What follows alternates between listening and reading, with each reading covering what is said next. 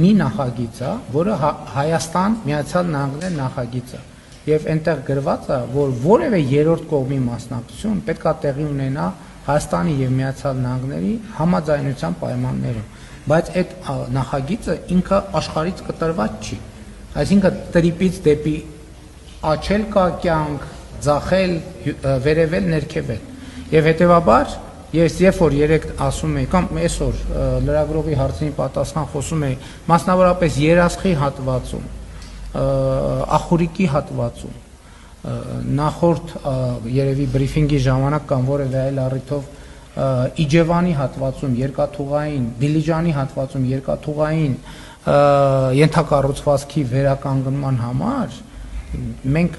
ես հենց դա նկատի ունեմ, որովհետև տրիպի մասնակցությունը միայն այն չի, որ ընկերությունում բաժնեմաս ունենա, այդտեղ բաժնեմաս ունենալու են Հայաստանի Հանրապետությունը եւ Միացյալ Նահանգները, եւ եթե այդպիսի հարց ծագի հանկարծ ուրիշ բաժնե տիրոջ ներգրավման, դա պետք է տեղի ունենա երկու բաժնետերի համաձայնության պարագայում միայն։ Չէ, ես կարդում եմ տեքստից։ Եթե իմ դիրքորոշումն է նա, որ ոչ, ուրիշ բաժնետերեր պետքա չլինեն տրիպի մեջ, բայց տրիպը ինքը գնում կպնում է ուրիշ ենթակառուցվածքների, չէ, այդ ուրիշ ենթակառուցվածքները այնպես չի, որ Հայաստանի եւ աշխարհի բոլոր ճանապարհներն ու երկաթուղիները տրիպի մաս են, եւ մյուսները խոսում ենք տրանսկասպյան երկաթուղու մասին, այդտեղ բազմաթիվ երկաթուղիներ կան, գազամուղներ կան, նավթամուղներ, էլեկտրաէներգիայի արտահանում կա, արտադրություն կա, այդ բոլոր ենթակառուցվածքներում ամենատարբեր ներդրողներ կարող են մասնակցել։ Ռուսաստանի պարագայում ես այս փուլում